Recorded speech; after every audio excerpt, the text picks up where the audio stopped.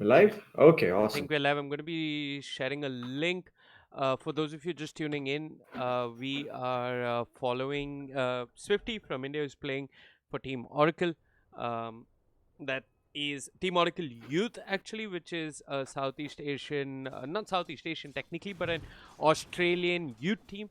Uh, Swifty is playing mid, which is good to see. Rank 55, Indian player, Indian hope and dream, pretty much, but not Hmm. Indian in your dream because he is quite skilled, but not that skilled. Yeah. Well, I mean, so far the game has been going okay for Swifty. He did get two kills, courtesy of the tiny rotating end. But I mean, all the other lanes are being won by execution, and that's kind of sort of making me wonder about the Mm-hmm. future in this game. But Chemo?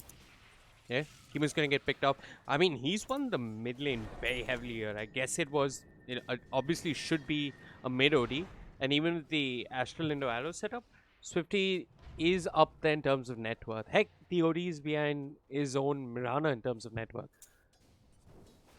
You know Yeah, I what, mean, but that's Floki? the OD. Floki, I'm gonna Yeah, ask you to do a favor. Go post the link sure. everywhere. Um, I'm gonna take over the game till you do that.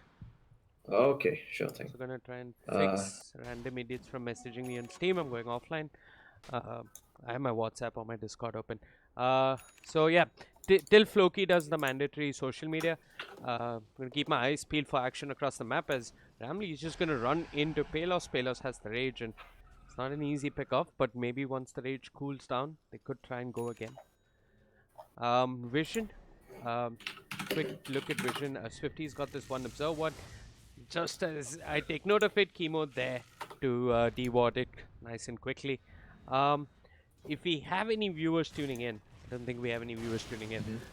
But yeah, we might just be sticking to an Indian team. We might not. We're gonna just see how this goes. We weren't even quite planning to cast this because usually ESL tournaments in ESL Open qualifiers do not come on the ticket. We can't often catch them in Dota TV, but hey, it showed up. We jumped in, and here we are. Safe lane, the safe lane that Oracle Youth are running. I think they wanted to give the Morphling a better matchup, um, and they sent him bottom. I'm Mm-hmm. not quite sure how these lanes began because right now I see the Morphling bottom, but Execration are switching their lanes up as well. Morphling somewhat considered one of the better heroes versus the Lifestealer because you can morph into him and get the rage, but this isn't really a hard counter per se. But just like the Gyrocopter, the Lifestealer is one of the heroes that the Morphling does prefer playing against.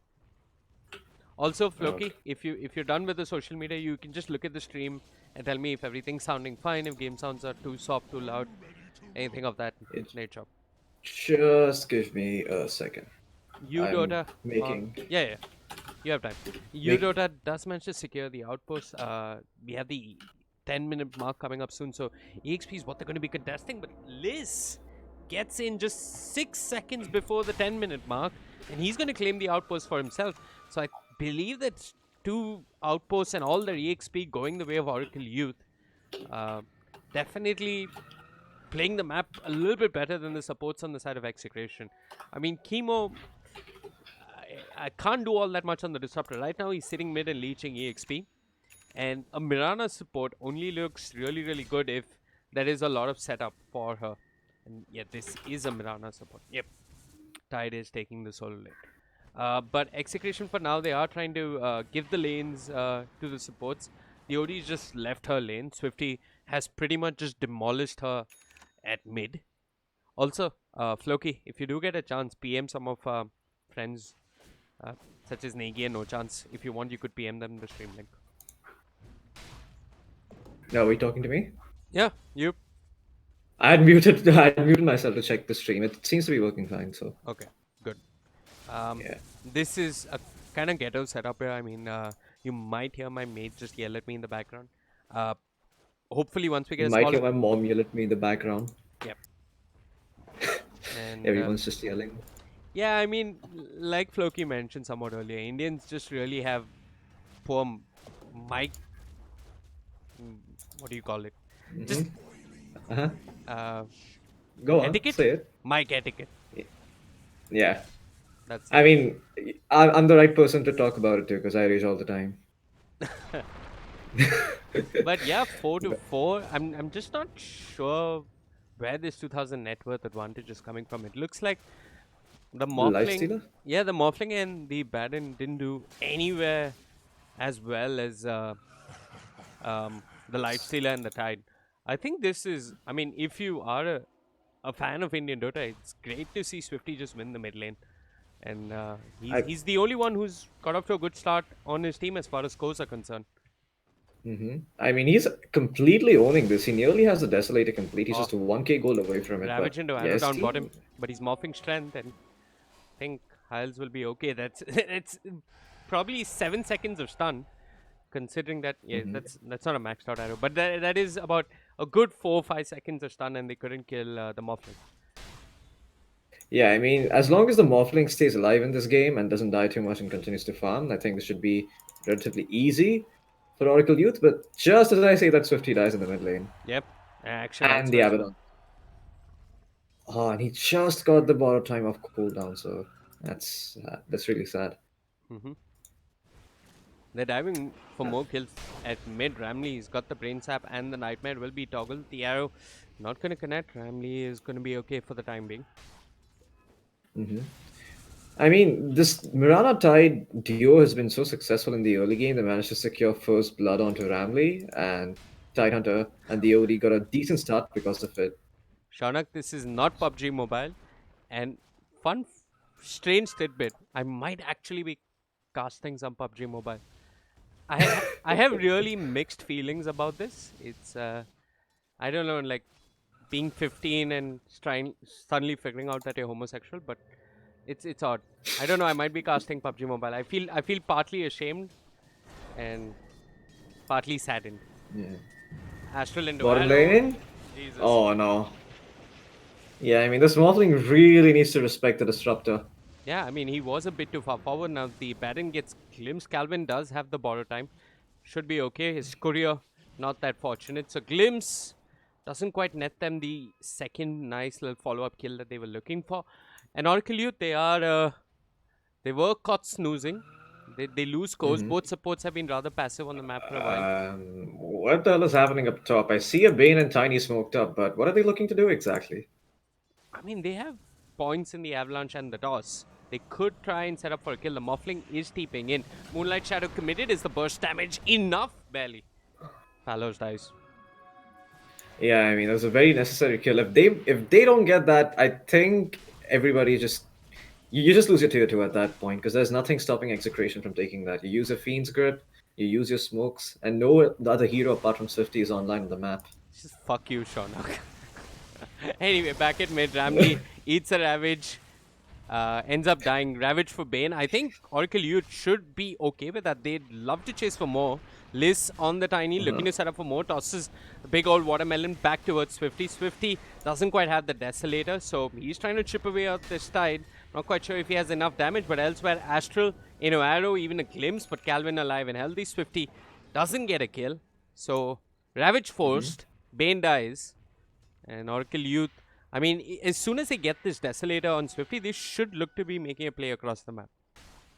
Wow, okay, so Oracle, you just picked up all four bounty runes. So, I mean, there's a silver lining for them. Yep. But I don't know if that's enough to get them back into this game because there's a severe XP deficit if you look at the XP chart. Mm-hmm. The Tiny's getting his Blink Dagger. Maybe once he has that, TA and Tiny can go around the map setting up kills and stuff. Yep. Tiny, how far is this Blink Dagger? So, should have it in 400, 500 gold or so, but that is an awful lot of time for a support. I mean, with the shovel, if he gets lucky, it'll be a little faster, but it's Yeah. it's not soon. Swifty does have the Desolator, and I think Oracle Youth, knowing fully well that Ravage is on cooldown, should be looking to make a play across the map.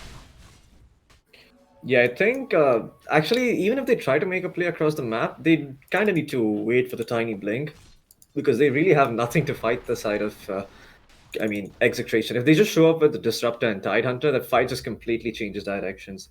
Even though Ravage may not be up right now, just the fact that the Tide has a Vlad's completed and, there's a Life Stealer with Maelstrom and Phase Boots roaming around, that's enough to make Oracle U3 consider Yep.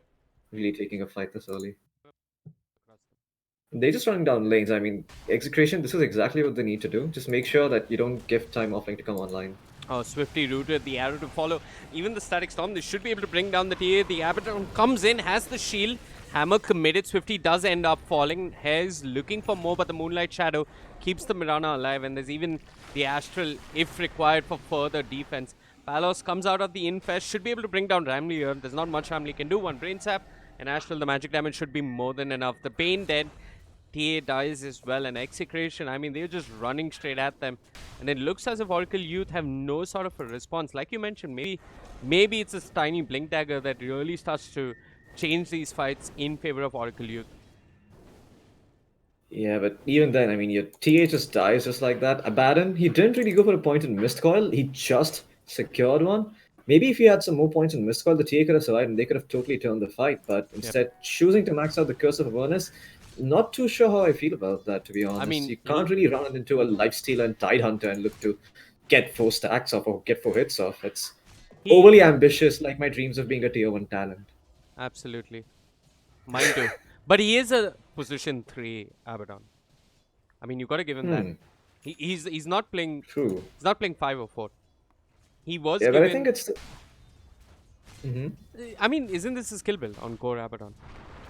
Hey, wait, Not really. I mean, he's going to get back because oh, the not Tiny popping. there with the Blink. Ravage does manage to clip all of them. Palos wants to bring down the Bane first. The Bane will fall. The Anchor Smash and the damage coming out from the OD more than enough. Now they turn towards the Abaddon. He does not have the borrowed time. Tiny's going to blink in. The Avalanche there. The Static Storm also a bit of a problem as Swifty caught in the midst of it. Can't do much. The Abaddon kept under control with that Astral Imprisonment. Can't really save Swifty for too long. Another missed call, but just 1 point in it might not be enough for Swifty, as Execration will be able to bring down both the TA and the Bane. They're now looking towards the Morphling. The Morphling couldn't really do all that much in this fight. He's been around for the entirety of it, but he hasn't done too much damage. Ramley there with the Fiend Script. They've got the Life Stealer. Do they have enough damage, though, is the real question. Palos does have the Rage. He's looking to run and probably try and just chase down this Calvin Abaddon. He's got the open wounds. Liz from the low ground with the Avalanche. They might just turn it. Palos does end up falling, and you on the Tidehunter falls as well. A big streak going the favor of this Morphling.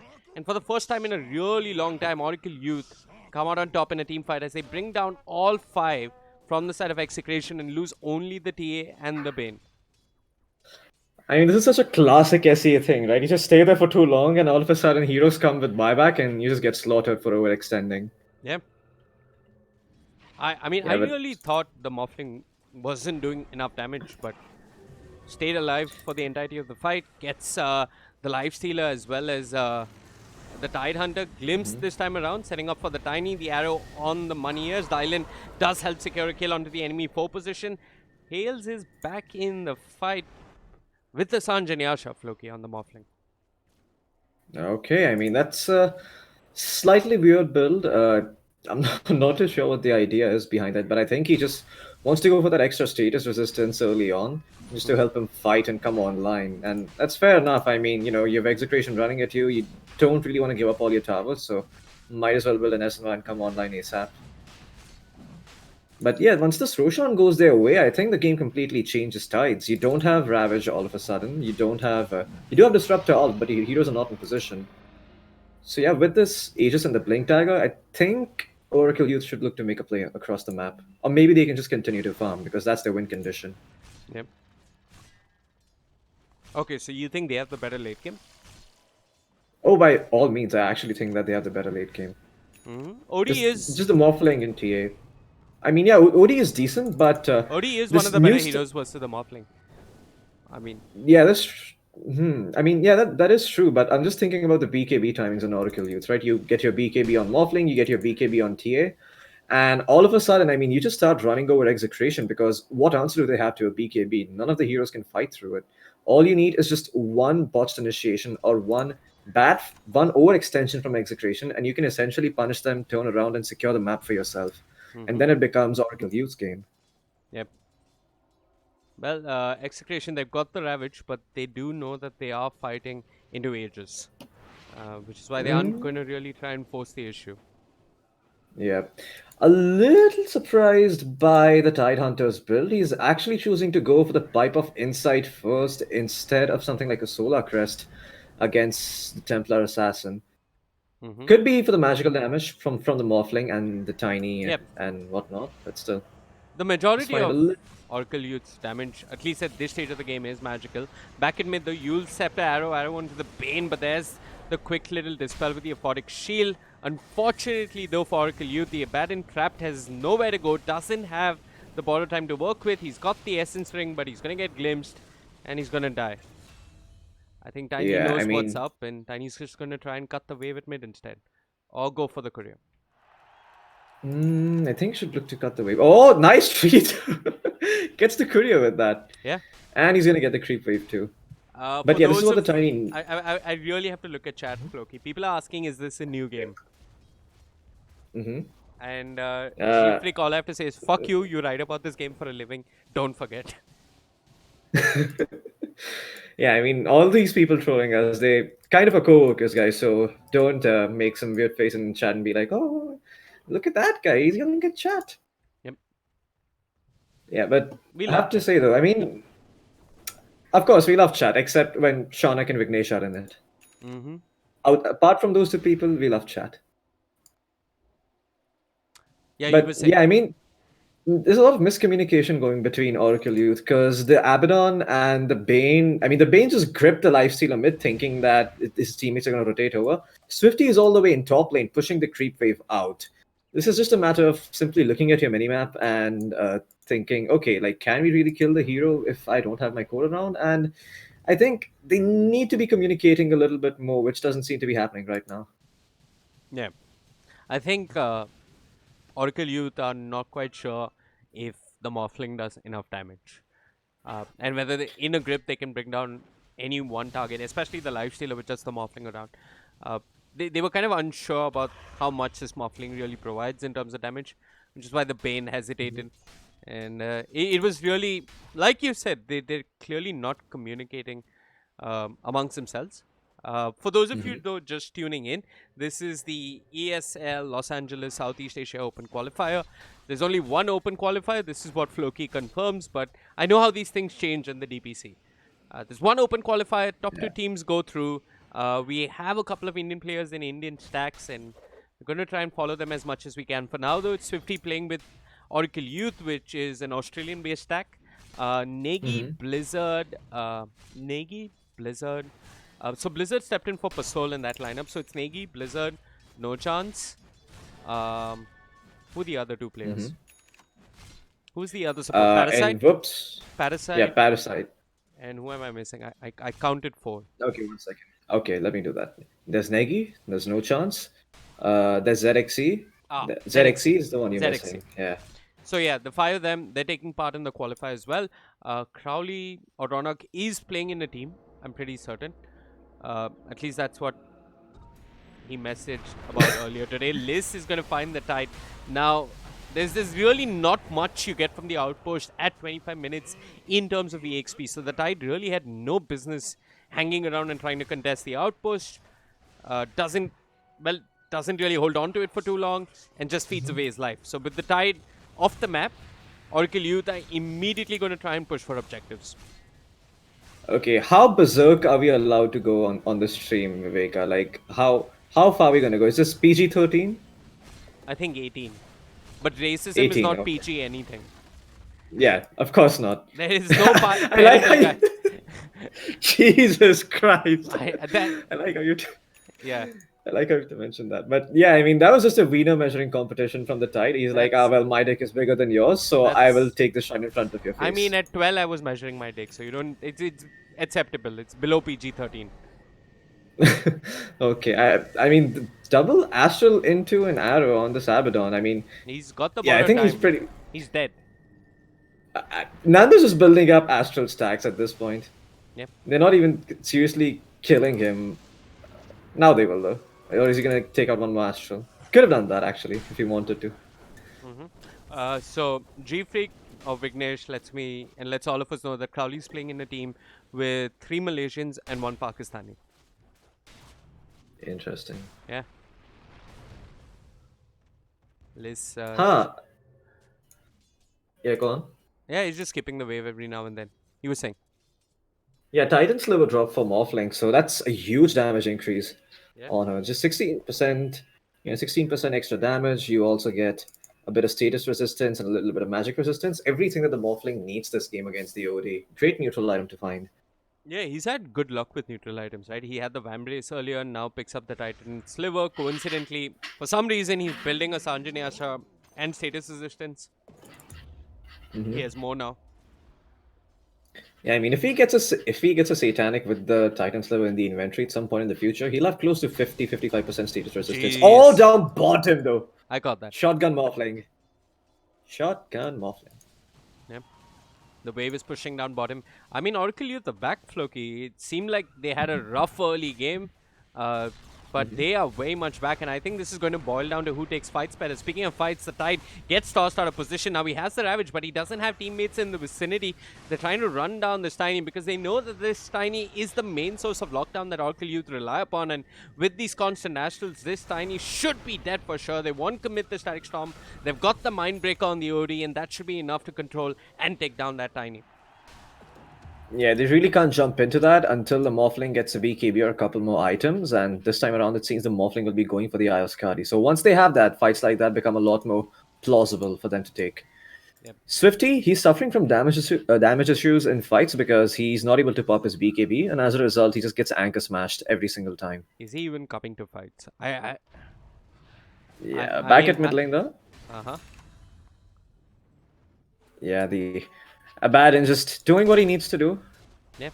just taking out the creep wave and making sure that the push is delayed. But even then, the backdoor protection takes some time to kick in, and the creeps are already closing in now. Swifty, ooh, he missed the trap actually. If he got the trap out, they could have prevented the creep wave from reaching the tier 2. Yeah. This is odd though from Oracle Youth. I mean, they've done his career gets sniped as well. I think it was on his way back, but they've done enough to pull the game back. They did find themselves the ages, the net worth. I mean, it doesn't say that there's much of a difference between these teams, and either way, irrespective of what the net worth graph and the XP graph tells us, this is a very even game. But the problem I have though is that Oracle Youth have not really looked at exploiting any big windows across the map. I think the plan within them is just to sit and farm for as long as they can and as safely as they can. And every now and then, whenever the Morphling finds a pick off down bottom, he's going to try and go for it. Yeah, I mean that's an okay plan, but to be honest, if they go into the late game, like where BKBs become 5 seconds, it's gonna be problematic for them. I mean, once the Swifty BKB starts falling, he's gonna get control in these team fights from all the disable coming out from the side of Execration. You know, you have Double Astral, you have Ravage, you have the Arrow, you have Glimpse in Kinetic Field. Mm-hmm. Everything just bothers you as a TA. Mm-hmm. He's also going for the Orchid, considering that the OD has no BKB. I guess his aim will be to control and kill the OD as much as he can in fights. Heck, even the Lifestealer. Yeah, they could. One thing worth noting, I mean, you mentioned BKB. Swifty hasn't popped his BKB once in this game. It's a full 10-second Yeah, BKB. I was just gonna say that. I mean, Swifty is also playing it smart. He's not committing in fights where he knows he's gonna have to pop the BKB, or if he feels like he needs to pop a BKB in a fight, he just tries to take whatever. He just tries to bite whatever he can chew without the BKB being popped. So, I mean, clever conservation by him too. Yep. They have to keep playing this way. I mean, if they could just get a BKB on Morphling, but I think they're too afraid of that. They think it's too high risk, high reward of a play No, to I go mean, for. Hales was considering the BKB. He wanted to get a feel on the pulse of the game and just see if he really needed to be active in fights. When he was building towards the Earth Blade, he had BKB queued up as well. I guess if the game was going rough, he'd probably just commit to the BKB immediately. But so far, he hasn't had to build towards a BKB. Now, though, speaking of BKB, Swifties is really going to be put to the test as Execration are in the pit, and with that TA trap, they know exactly what is going on the side of Oracle Youth. Quick Yule Scepter on the Tiny to dodge the arrow. He's going to blink away as well. Execration, don't commit anything too heavily for that Tiny. Don't incur any heavy losses. Abaddon in the pit. Happy to just duel it out with the Lifestealer. Smoke popped. I think Execration did catch that. Palos still in the pit. List is just going to move up to the high ground. The Tidehunter straight on top of him. He has a Yule Scepter if he wants it. Nightmare, the Tidehunter is controlled for the time being, but who do they want to go up on? Ramley's got to be careful. The Lifestealer is pounding away on him. The glimpse is there. Ramley out of position, might be next on the menu. The Mindbreaker does silence him. Dead. They do not have the Bane in this fight. No buyback as well. Oracle Youth still fighting, but the Tiny dropping really low, will barely manage to get out of the Static Storm. Swifty in the midst of it all is doing no damage. Is BKB committed? I believe that was a halberd upon him. He couldn't really do too much in that fight as Oracle Youth lose the Tiny, lose the Bane. Both supports dead. The Abaddon next on the menu. Glimpsed, he will fall as well. And Execration should be able to move into the pit. Yeah, I mean, this is what happens when you pick a lineup that does not have any stuns on their cores. You cannot initiate on the Disruptor because he has a Ghost Scepter to pop. The Tiny, he revealed himself. He ends up getting jumped by the Tidehunter. Great heads-up play by him. He's like, if he can just get into their faces and get the Tiny to waste his spells, he can defend his Disruptor. And that Static Storm really allows them to reset the fight because Morphling has no BKB. Yep. It's also, I mean, it was odd how Oracle Youth took that fight. They had the Tiny and the Pain running in. I personally would have liked the Abaddon to take damage and draw spells upon him at the beginning of the fight. But, yeah, it's the Tiny and the Abaddon. I mean, the main sources of lockdown that bump into the Tidehunter and the OD and they get controlled and they die. And none of the cores on the side of Oracle Youth could do much about it. I believe there was a halberd that was used onto Swifty, which is why he couldn't really attack. Yeah, I mean, he also sort of lacks damage against the Lifestealer at this point, because Lifestealer has a decent amount of armor. Swifty cannot negate all of that. If he wants to kill him, he's going to need the Bloodthorn completed. And just like that. I mean, yeah, they also have the Abyssal Blade. It seems that the Lifestealer's queued up the Assault Cuirass, but I don't think he really needs it. If he just goes for Abyssal Blade, the Morphling is also going to be in trouble because they have so much disable coming out from Execration. Like, sure, you can tank 2, 3, maybe 4 stuns, but I mean, Abyssal Blade, Basher, Disruptor, Ultimate, Tidehunter, Ravage, Astral, and whatnot, that's just a bit too much, even for 50% status resistance Morphling to handle. Yeah. Things are starting to get a little bit more concerning for the side of Oracle Youth as Chemo is making good progress towards that Axe Scepter, only 500 gold away from it. At a very respectable timing for a Disruptor that no more has a GPM talent to work with. So, impressive stuff coming out from Chemo. And it's not him who's been taking most of the farm priority. It's Dylan on this Mirana that's got a Blink, an Axe, a Yules, and even a Ghost Scepter. Ghost Scepter. Yeah, Ramley's gonna die. It's just... Oh no, I mean, this is just what happens. The enemy position 5 stays alive, your position 5 keeps dying, and you feel that net worth impact in team fights. When that support has an extra item or two that's allowing him to stay alive, you suddenly have much less options. Back in mid, they get the Abaddon as well, but what are Oracle Youth trying to do up top? They're searching for Chemo. They should be able to find themselves the Disruptor. They get his Courier at the very least, and now they bring down the hero as well. Packet mate Calvin ends up falling on the Abaddon. Execration marching down mid. They still have Ravage. They have the Aegis. While Oracle Youth are pushing out a lane where I honestly don't feel they can get much done. Yeah, I mean, Execration are actually going to be able to take this set of frags because 2 creeps are pushing in that Swifty was not able to eliminate with the Psionic Trap. And yeah, I mean, they just have to go back to defend their base. That move seemed completely pointless even though they managed to get Disruptor. How do you remove this Lifestealer? Okay, maybe that's the way. They're going to toss him. The grip is there, but there's the Ravage. The grip cancelled. No real follow-up after that. And with the Hex, they bring down Swifty. He didn't even get to pop his BKB. Wasn't quite expecting the Hex. Swifty does buy back. But look at this. Execration with so much discipline will just look to TP out of there. Unfortunately, though, for the Tidehunter, the Yule Scepter does cancel his TP. His friends, they're actually going to rejoin the fight, and they're going to push for these racks. Calvin, controlled with the disruption, the Astral Imprisonment, can't really do all that much. Another Hex from Nando. He's found the Bane yet again. A dieback on the Bane. Oracle Youth are falling apart bit by bit, and Floki, this is single elimination. I mean, they lose this. They're out of the open qualifier, if I'm not mistaken. Liz, he's going to toss back the Tidehunter. This time, Yu hasn't got the Ravage. He's got friends, though, as Palos will go in, but the Halberd keeps Swifty busy and occupied. While he's just going to run out of there. He still has the Aegis. Swifty blinks forward, has the damage, brings down the Lifestealer once. The question is how much more can they do elsewhere. Further south, the Morphling is going to end up falling. Swifty commits his BKB. The silence there from the Abaddon, but the Infest from the Lifestealer, giving that Tidal a little bit of HP to work with.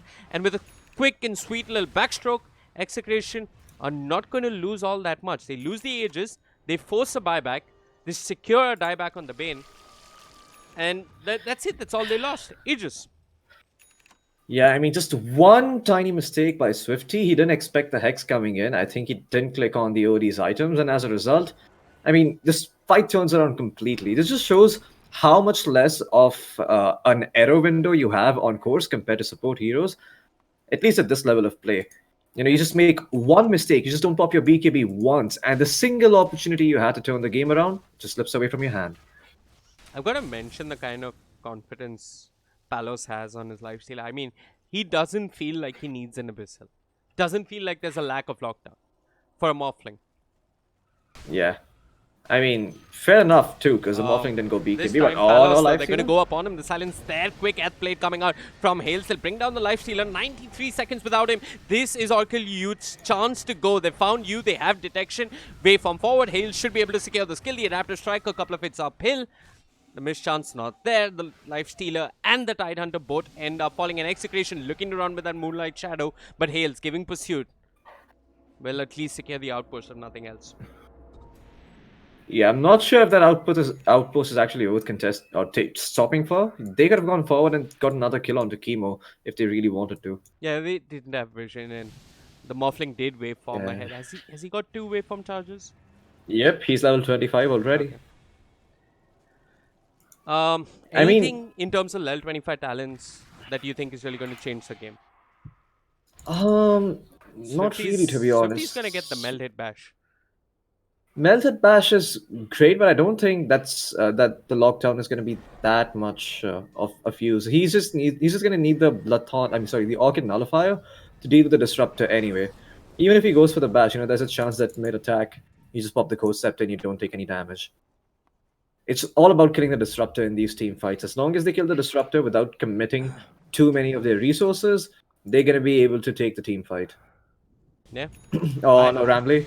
I got what happened with the Tiny, and now the Bane, not quite sure what the plan was.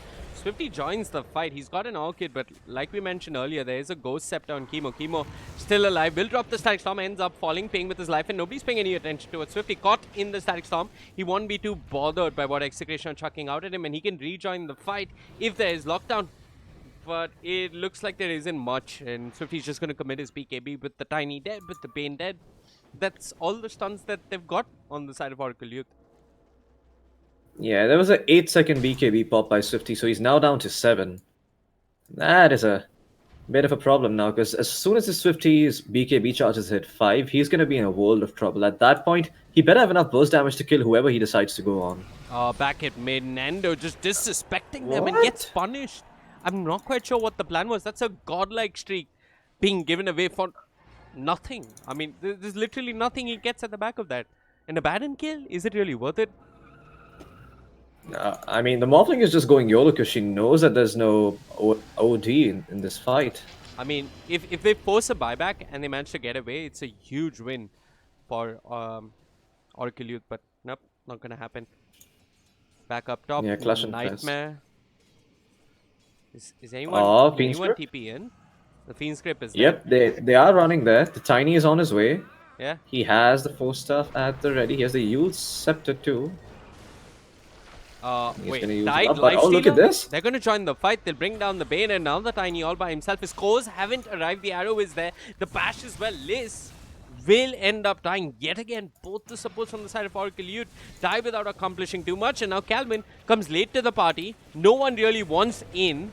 Seems like a shitty party to be in. A Swifty nearly got caught in that side storm. He's going to commit his BKB. He'll turn towards you. Hales wants to back in this fight. He's going to bring down Chemo while Palos elsewhere will clean up on the Abaddon. Eudora just man fighting this Morphling here. The Morphling does have a Satanic to work with, so that's a lot of status resistance. That Ravage barely controlled him for any meaningful duration of time, and now with the Waveform TP, should be out to safety. Dylan didn't have vision for the Yules. Great heads up play there by the Morphling, just using the double waveform to get the hell out of there and then teeping out. No, but honestly, yeah, I mean, they lose both supports in the Abaddon. They get nothing in return. I think that's completely worth it for Oracle Youth. They got the Disruptor. What? How is it worth it? I actually think that's worth it because you just spent two ultimates trying to kill two supports on the enemy team. Now, as soon as the Tiny's back, you can start running around the map making plays. The Okay. Disruptor's still not up. I You're mean, saying look it's at this worth it last. because they Yeah, used Ravage. I'm making a prediction. Yes, I'm making a prediction. This Life Stealer, if he stays here for another 20 seconds, he will die. Okay. Can you see 20, Morphling please move 20 towards the top lane? seconds. It's not happening. It's not happening. That's my It's prediction. probably not happening. Yeah, but the fact still remains. If Oracle Youth recognize that window, all of a sudden the Lycia cannot take that tier 2 and he has to get the hell back. I'm honestly a bit surprised that the Tiny is still holding on to the shovel. When there's an Essence Ring, a Vambrace, even a Spell Prism. Hmm. Okay, now It's he free switches real over to the estate. Fairy Fire. So the thing about Shovel is that, I mean, if you have an active item, you can keep it in your backpack and keep switching it out so that the Hmm. cooldowns are a little more efficiently managed. And then when it is off cooldown, you can use it and immediately swap it out for an active item. I think you can also probably do something like use it, teleport it to the neutral stash, wait for the cooldown, then use it again, teleport it to the neutral stash. Maybe you can keep doing that. Yeah, I mean, that just involves your courier traveling all across the map. But Yeah, it was being very active about it. But man, this Roshan going the way of execration, that is bad news bear for Oracle Youth. yeah. Although they still might be able to win the team fights if they manage to find the disruptor. Mm-hmm. Uh, so there's an Oh, Ags on there's. the OD and the Disruptor. Was there a Refresher Shard? Yeah, Hmm. the Refresher Shard on Tide. So this could be problematic. They could Yeah. literally blow up two Ravages if they want for gold. Oh no, Bane, he's dead. I'm, I honestly don't know. And Swifty gets caught. There's the Abyssal Blade into the Static Storm. It's an Ag Static Storm, so there's really not much that Swifty can do. With the Astral, the kill should be secured. Yeah, I mean, little bit greedy there by all these years. They just saw Roshan being taken across the map. Yeah. They had a ward, but I think that smoked up. In those cases, you just have to assume that you need to get back together in these games. You're not going to get the leeway of pushing out a creep wave and forcing some TPs. No, the team's going to move as one after taking Roshan. Fortunately, these aren't my pubs. But I so wish they were for Swifty. Mm-hmm. Swifty's got himself the Nullifier complete. Hmm. So, I mean, if nothing else, he should be able to kill either one of these supports on the side of Execration. That's the least he can do. Yeah, there's a problem with this itemization, though. I mean, it requires you to have everything active to fight the enemy carry. Sort of the idea with the old build where you used to go for Butterfly Daedalus used to be that you could pretty much take on any carry in the game as Yep, long as you had BKB up. yep. It's kind of all your eggs in one basket, right? I mean, you're very one-dimensional when you build into these items. And Yeah. then it's also, in a way, I personally feel this is limited scaling. You Hmm. if this game goes later, Swifty has to start selling off or just putting one of these items in his backpack. The Orchid, Yeah. the Nullifier, I mean, it's so much focus on just killing one hero. There's a rapier on the Morphling, by the way. Mm-hmm. That rapier gives you true sight now. So Not you're True gonna Sight, have True Strike. true strike, true strike. Yeah, yeah, I said true strike. Oh shit. My bad. My bad. Yeah, so the halberd won't be bothering him all that much. I mean, at least the evasion. Look at this. I mean, this shouldn't Jesus. be happening. This is Yeah. really. I'm going to call out the supports here on the side of Oracle Youth. This is. I This mean, I is. think everyone from the position 5 to 3 have been playing rather sloppily this game, except for the Tiny, I guess. The Tiny has been doing decent.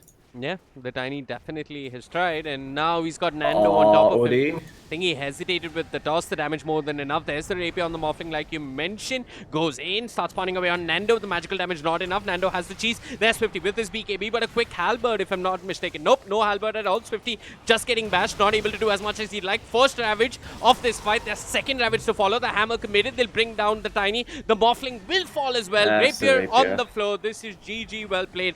For all intents and purposes, Swifty with that buyback can't really do all that much. They're playing with their food. They're disrupting the Evadin's game pretty much, as another Astral will secure the kill for Nando this time around.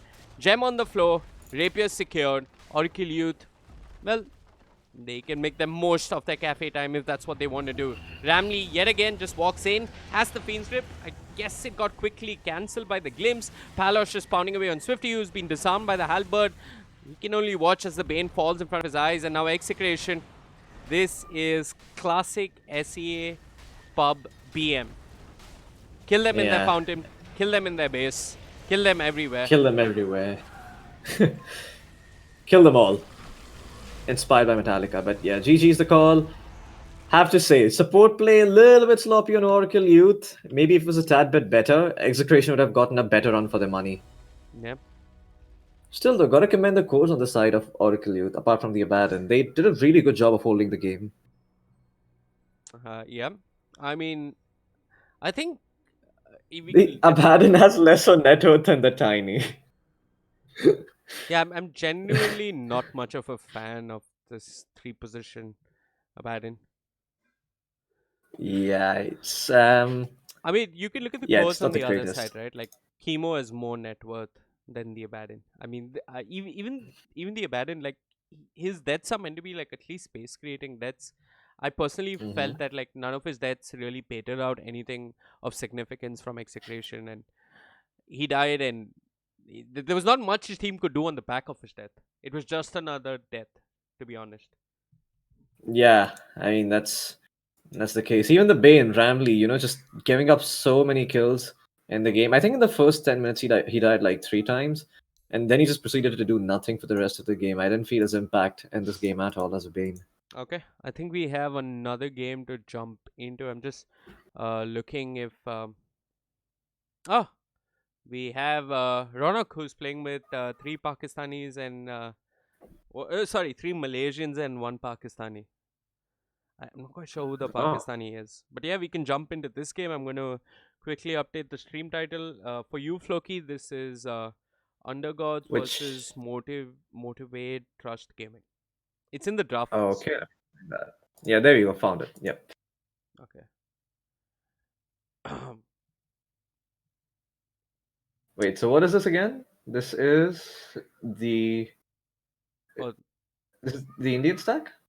Is this the Pakistani stack? it is Ronak, three Oh wait, Malaysians Ronak, and 3 Malaysians.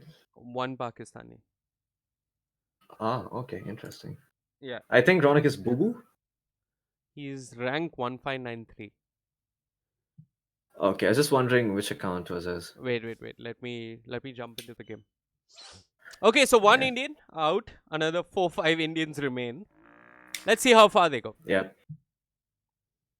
I have to say, I mean, the only player I would say in India at least that I know of that you should never judge by his rank is Mr. Crowley. I agree. That man just does not care about pubs, but when he shows up to lands, he plays out of his mind pretty Yep, much. I agree. So, really excited to see what they are able to pull off here. I wonder what position he's playing. It seems like he's going to be playing the offlane because Uh, that is the role that seems to be lacking in the SAA scene. You don't have a lot of good offlane players. mhm. But yeah, uh, some I'm, familiar names on Motivate Trust too. yeah, I'm just going to quickly reply to uh, Reha Boss in chat. Swifty, he was playing in a Australian team, Oracle Youth, just got knocked out by execration. Chai pee lo, zarur. Actually, I think this is my time for coffee as well. Archana, थोड़ा coffee दे सकते Your mic caught that. I know. Casual coffee time. I drink milk without sugar actually. I've been trying to cut down on fat. You drink milk How without effective is sugar. that? Yeah, I drink milk without anything. Just Mm. pure milk. Monster, aren't I? I Am I drink not? No, sugar wait. without milk. It's called Red Bull. Yeah. Okay, draft. Interesting. Nobody's banning out Void Spirit. I mean, Yeah, Void this. Spirit. Nobody wants to experiment with the hero right now. It's Huh? gonna take another qualifier to like another major before people start considering him. Which round is this? So normally most open qualifiers that take place uh, for Mhm. any DPC event, uh, mostly the open qualifier and even some of the close qualifier games they take place on Faceit, and Faceit has a wonderfully simple, straightforward bracket. Uh, ESL though they do tournaments and they do these open qualifiers on their own server. Last year they Mhm. didn't do any DPC events this year. Their events were standalone events. This year they're back. Uh, they're doing a DPC event. This one, the ESL One Los Angeles Major, and I am currently looking at the Liquipedia page to see if I'm I looking at. I found the brackets. I found the brackets. I'll link them to you. yeah, just put them in chat if you have YouTube open. Yeah.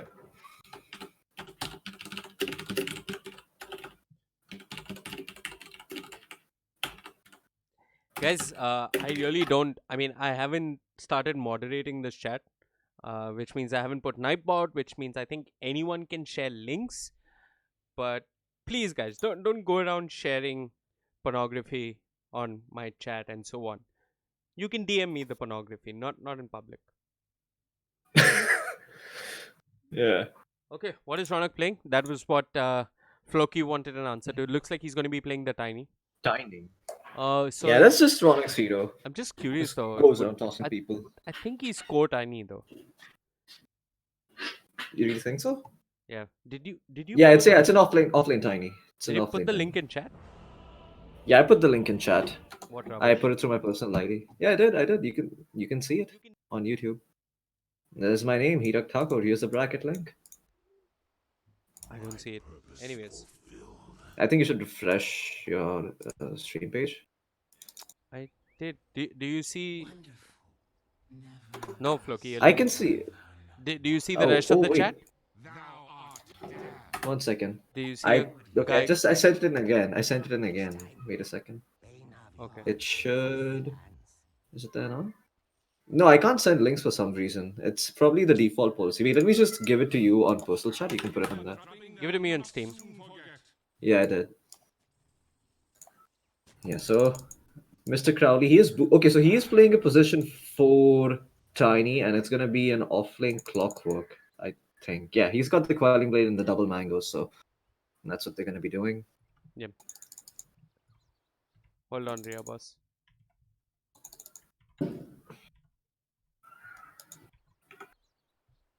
Hmm. I am just trying to get the link for you, and then we'll jump into the game. Okay. Yeah. Okay, we're back in the game. Yeah, give the link.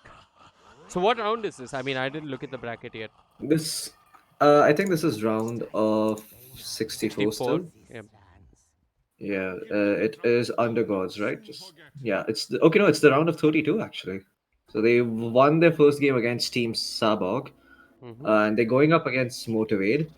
And if they win this, they'll be going up against the winner of 496 Gaming and Slayers Guild. This is odd. I think I know most Pakistani players, at least the really good ones. I'm not quite sure who it is here that's from Pakistan. Maybe he's playing on a Hmm. Smurf because there is an Ancient 4 or Ancient 5 in the server. So I'm pretty sure Could there's be. at least one Smurf here.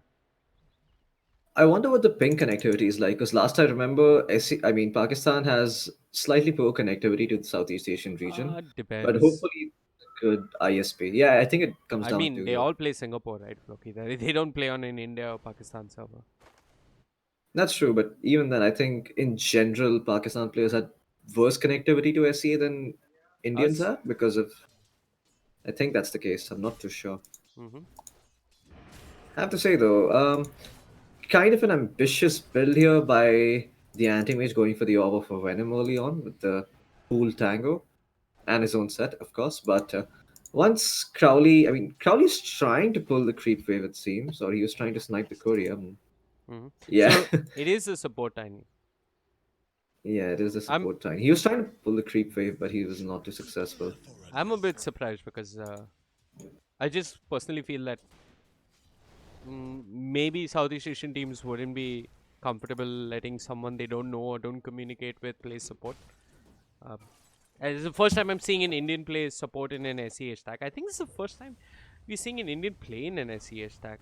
No, at least as far as I can Uh-huh. remember.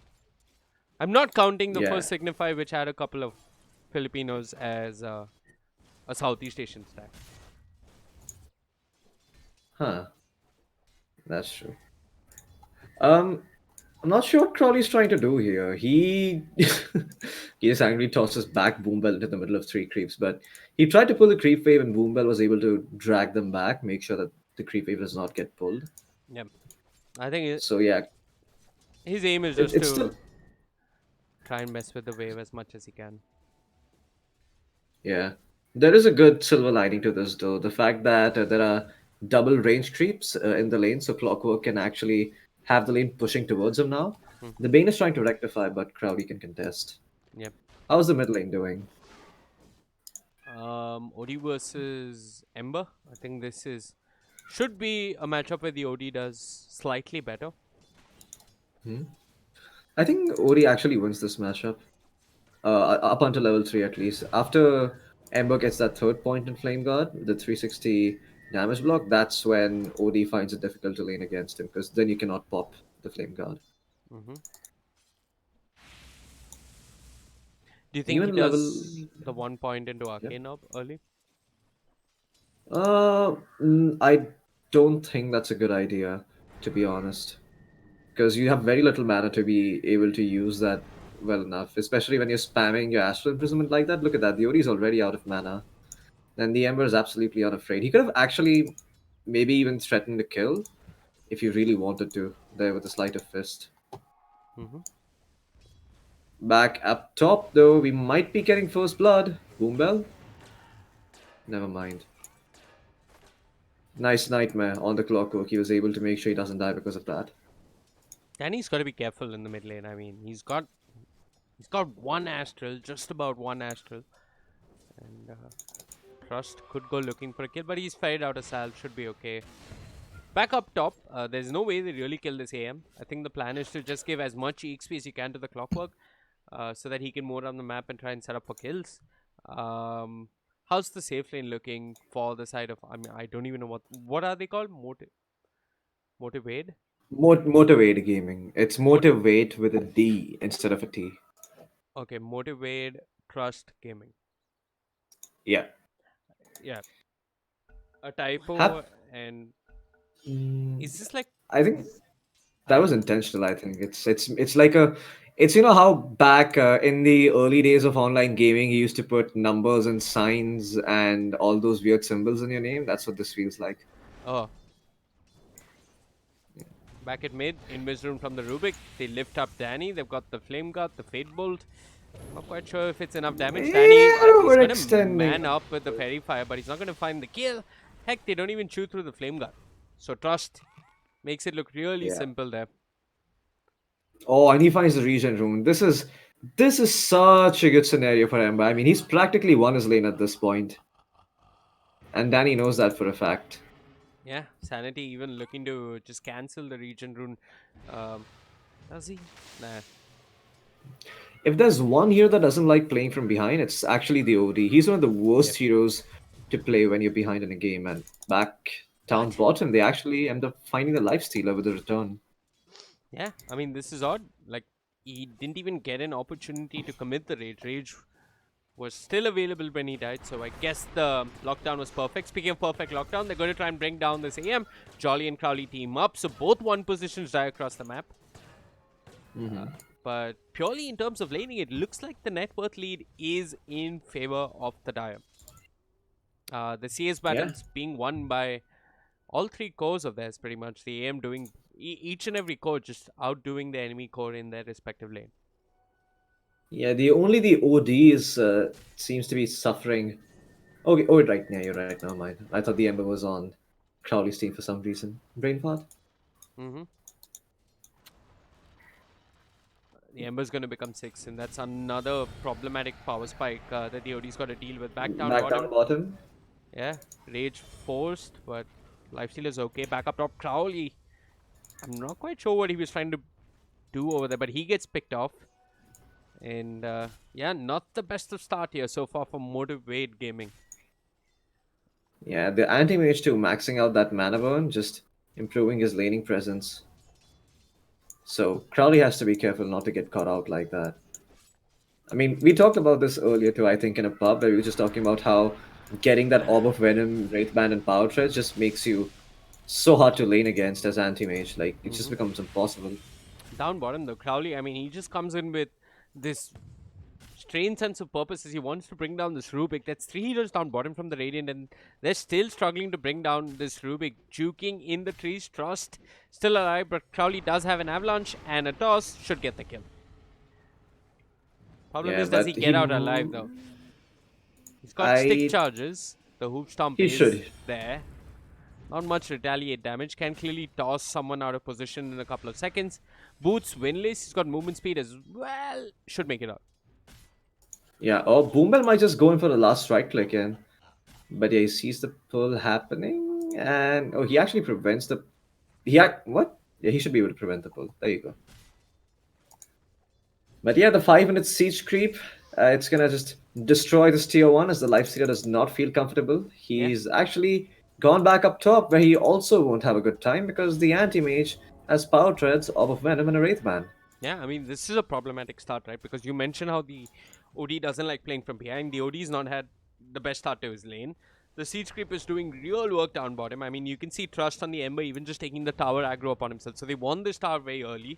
OD needs time to recover. The Lifestealer needs a lot of time to recover or even be relevant in this game.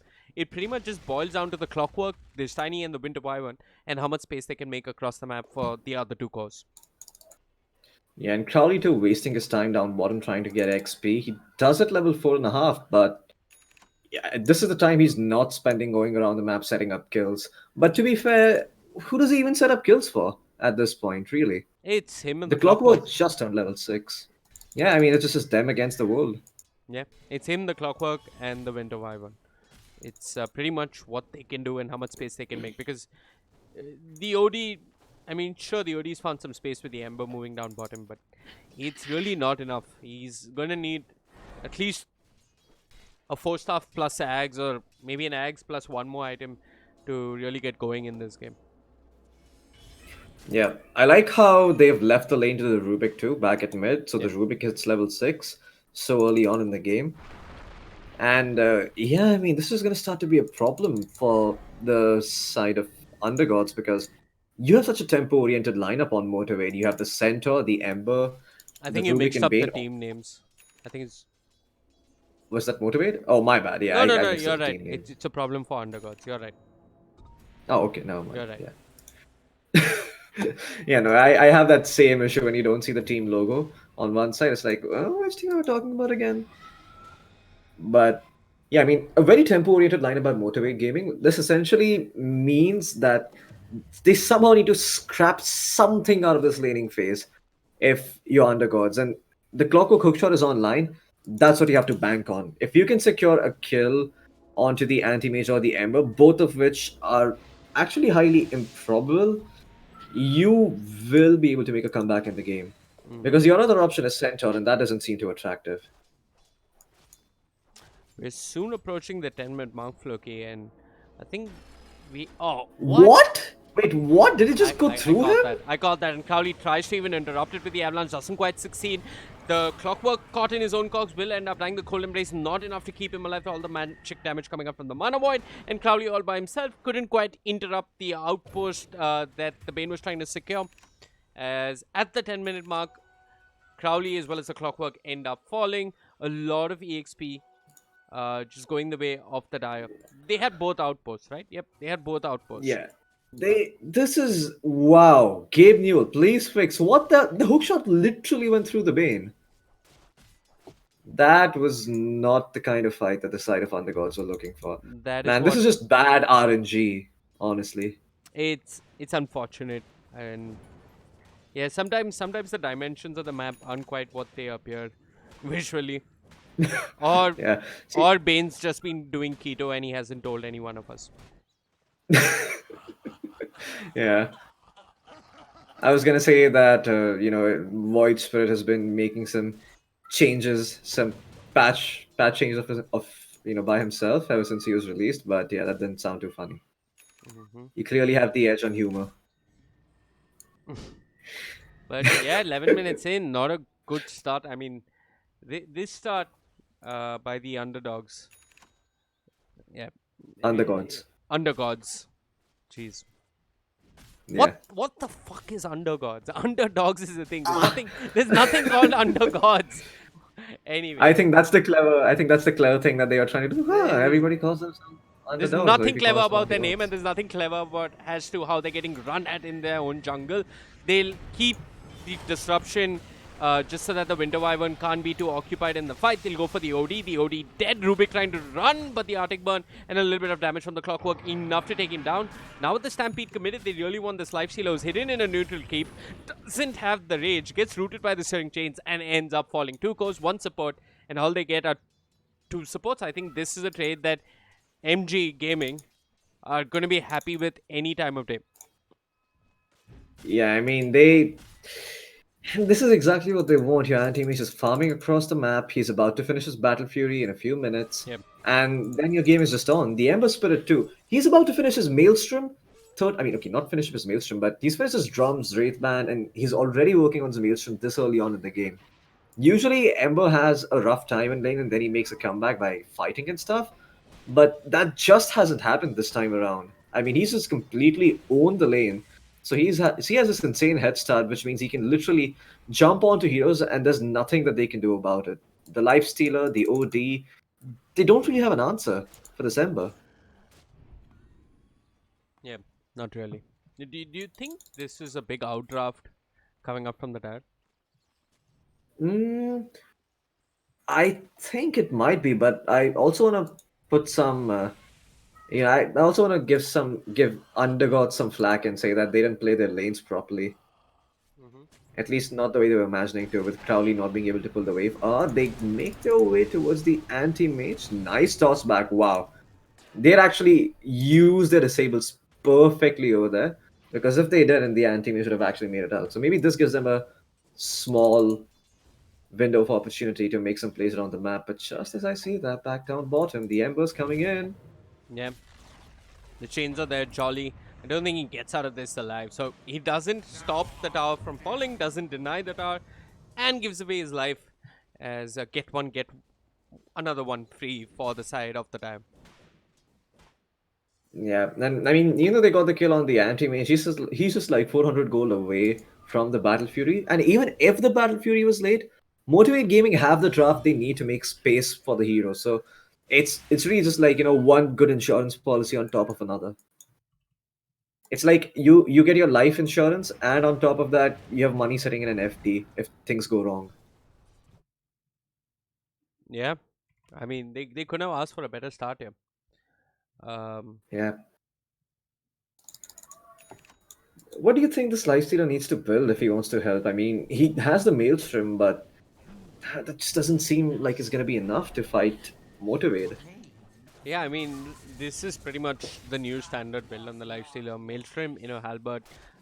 Halberd amps self regen, um, Mm-hmm. which does work with open wounds, or at least the way open wounds works now. It counts as regen and not heal, right? If I'm not mistaken. This is one of the newest, most mind-fucking mechanics in Dota 2 right now. What is self regen, what is heal? I never knew this was such a big thing, but I'm pretty certain that the halberd works well with it. It also gives status resistance and Mm-hmm. the disarm. It's so great. I mean, everybody is picking pretty much one source of right click damage in these games, and it does Yeah, give him a Boom. fighting chance.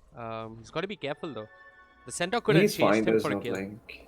No, he had a I mean, blink there is a and blink. stampede, Yeah, he had a blink. My bad. but Yeah, no, there's no point chasing that kill. It's too. I don't know. It's too tedious to get. I think Really. the logic was that the outpost was secured by the Radiant, and uh, Mm-hmm. there is still a tier 1 tower up top, so if they were extended and they didn't know what was quite ahead of them, and they might just end up losing their center for nothing. But they still might lose their center for nothing, as Jolly, with a Quelling Blade, cuts his way across the tree line, but Centaur, quick with the blink, gets into the trees. But unfortunately, though, for the side of the Radiant, they're going to find the Bane. So Hookshot Infest committed, they get the Bane. At least that's a kill going the way of the Lifestealer. Now Trust on this Ember Spirit, wants in on this fight. Jolly with the cogs and the face boots looking to run. Quick remnant forward. Trust has the chains. Nobody else spawning away on the Clockwork. But he's got the Rubik coming in. Crowley with the Avalanche and the toss gets lifted by the Telekinesis. Quick Winter's Curse from Sanity doesn't quite do anything as the Ember Spirit just gets held in place. Good news though, if you are a supporter of Under God Gaming, their Lifestealer did get away. Yeah, but I mean, I don't know what respite is really going to bring them because I'm not sure who the late game matchup favors between the anti-mage and the lifestealer. Because once the anti-mage gets the Skadi, it gets really hard for the lifestealer to fight through the rage. Yeah, so And this anti-mage is starting to get farmed. He has a pupil's gift down bottom. Danny, yep, they've got the Fiend's he Grip. is dead. He's dead. He was so close. I think he had gold for the point booster. Yep, he did. Still will have it when he respawns, but yep. Yeah, that never feels good losing all that gold I think Lifestealer that he AM could have really spent. depends on. Um, it's more AM favored, but it Jolly up top with the hook shot into his own death. They've got the Lifestealer coming in, so at least the Lifestealer, if nothing else, will get EXP for the Centaur dying in front of him. They take away the streak. They somewhat defend the tower, so I think if you are an Undergods fan, you're going to be okay with that. But to be very honest, Floki, they're pretty much just getting run at all across the map. Yeah, I mean, this is typical SEA Dota, just running at anything you see on the map like crazed, I don't know, like a crazed animal. There's really nothing that's stopping them. Wait, Yep. whose mango tree is that? I think that's the Radiance mango tree, right? Just I have a... can check Oh, no, the that's shop. it's actually Dyer's mango tree. No, no, no, the one that is planted here And that's a Dire in Mango the 3. mid lane. That's a Dire Mango 3. Yeah. I mean, if you check the shop, you can see who did get a mango tree to begin with. The Radiant did get themselves the Royal Jelly. I think Mm-hmm. you have one charge on the OD and the other charge on the Clockwork. Yeah. The Clockwork needs it. The extra mana reach is going to allow him to make more plays across the map. But Mm-hmm. even then, like this Clockwork is not going to win them the game necessarily. He needs to be using hookshot every single cooldown to just find somebody. Yep. He's going to see the Bane. He could go for him if he wants. But Oh, they see the Ember, but do they have enough control to bring down? I think they saw the Ember. Didn't they? I don't think they did, but I don't think it's worth it for them to Jolly's chase the gonna run Ember. straight in. The telekinesis is there. Who needs hookshot when you can just walk in and get lifted by the Rubik? The Cog's committed, but this doesn't really bother the Ember too much. He's just gonna remnant forward. Crowley there with the avalanche toss, and this time the hookshot, it's enough. They control the Ember, they bring him down, but a beautiful stolen curse from the Rubik will set up for a kill onto the Tiny. The Rubik though, he should be able to get away. Yeah, the Nightmare from the Bane should ensure that he gets away to safety, and now the side of Motivate Gaming might actually want to go back in. Trust does have a Blink Dagger, did have vision up the high ground, but he's not going to commit. So Tiny for Ember. I think Undergods take that Absolutely any good. time of day. Yeah, I mean the Ember overextending a little bit over there. Didn't expect the huge burst damage to come out, but that's the power of the Tiny. Level 9, no points in your ultimate, just have Avalanche Toss at the ready. You can take that Flame God off very easily. Have to be a bit more careful with how you use it in these fights. Mm-hmm.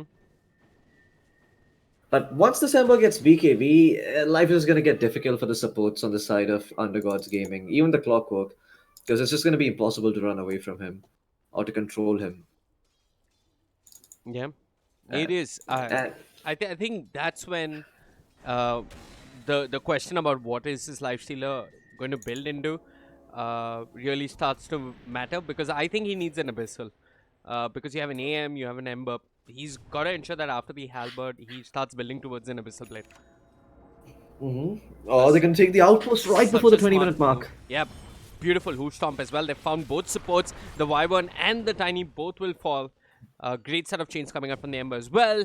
The XP going in their favor. Another really smart play about how they took that outpost was that I think they showed only one or two of their heroes.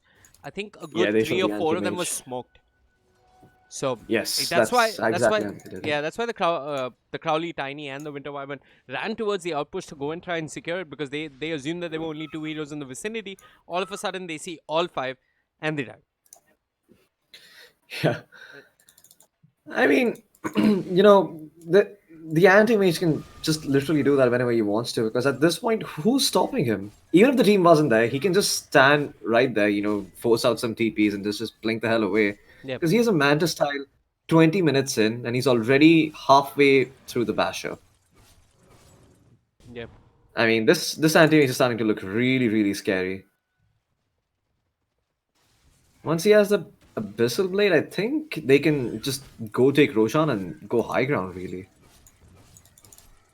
Mm-hmm. The OD is working on the Blink Dagger though, so once he has that, there should be some Oh, respite Jolly, coming he's in. found the Bane, but he's got to be careful. He's found much more than the Bane as the Ember is in the vicinity. Trapped in his own cogs, he doesn't quite die just yet. Sanity, there with the Arctic Burn. Quick Infest Bomb. There's the stolen Winter's Curse, just holding Crowley in place, and the Fiend's Grip to control the Lifestealer. Jolly, dealt with, should end up falling, but a quick defensive Astral means that the Clockwork will survive. Crowley, lifted by the Telekinesis, is still somehow alive. The Nightmare toggle between both supports. Sanity should just end up falling on the Wyvern. One quick slide of fish.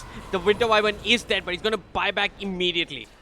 Not trust, the center just running forward with the open wounds upon him. He's got to be careful, but here comes the AM. Manta style available as he brings down both the Tiny as well as the ODs. This fight not looking good at all for the side of the Radiant as the Wyvern falls as well. A dieback on the Wyvern. The Lifestealer all by himself has the Rage and will... No, even he doesn't get away. No one survives. Yeah. They pretty much get nothing in response. And Roshan is up for the taking. Yeah, it's just like Russia in World War II. They enter Poland and they push Germany all the way back. Yeah. They leave no one. And all of a sudden, I mean, what do you do now, really, if you're Undergods Gaming? I'm really trying to think of scenarios that they can actually win. But there's just nothing that's coming to my mind. Like, I think there is... What are you going to try to do? There are a couple of things. Okay, an Aegis steal from this Tiny would be amazing. He's going to get in the pit, doesn't steal the Aegis, commits the toss, doesn't quite bring down anyone, and he might just have paid with his own life as the bashes there from the AM. The Tiny ends up falling. And, yeah. Yeah. The Undergods buried deep, 6 feet under, as they have really no way even finding a single kill in this game. I think maybe if they had slightly better lanes, they switched things around. Maybe try to put the lifesteal up top. They could have possibly had a different sort of game. Because lifestealer, even without mana, can lane. It's not that the hero is completely awful without mana. It's just that you play him a little bit differently. You know, then you have to play him very, very aggressively with the support. So maybe that could have been a solution or an antidote to their poor laning phase. But they got that idea a little bit too late because by the time they rotated the lifestealer up top, the anti-mage was already 6.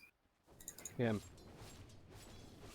And by the time they made that rotation, I mean, they lost their safe lane tower too early. Stampede committed. I hear a hoof storm. They find their old friend, the Winter Wyvern. He's dead. And they're going to chase for more. Jolly, bashed by the AM. Next on the menu does have a couple of 1 charges. Commits the cogs. The mana void available will be committed. Jackie gets the kill. It's the 4, or rather the 5 and the 3 on the side of Undergods Gaming die. Yeah, this is. I mean, yeah, I don't know what to say really. I'm at a lack of words for what's happening on the map. Hi Soumya, welcome to the stream. 9 watching. I think that's 9 times of what we expected. But yeah, I mean, 9 times 0 is infinite, Vivek. So I think expected 1. Apart from me, you're counting me. That's so nice of you. I'm just counting me because I'd keep the stream open at least. So 9 times me is 9. Quick math. But yeah, I didn't expect 9. I'm surprised personally. I mean, this is my personal channel. I have nothing much on this channel of mine, so I'm just surprised that 9 people somehow found the stream, took the effort to tune in, and are still hanging around. Can we see Whoops? Okay, great. I mean, G-Freak has a request. We can definitely entertain that. Whoops versus one true squad. Oh. Where is I found it. I think this game is done. It's just painful that they were taking this much. Get slaughtered. Oh yeah, now we had 11 viewers. This is an all-time high from my YouTube channel. Damn, my high is like 7 viewers when I used to stream. Yeah, 11 is like a big 5 days. Okay, so Whoops, what do we got? Negi, no chance in the offlane. Negi playing the Mars. I mean, this was an hero that we were talking about at Delhi. Mid lane, Blizzard. Yeah, I think Negi told me this as well, that Blizzard's going to be playing mid. Which means that No Chance and Parasite are the 2 supports.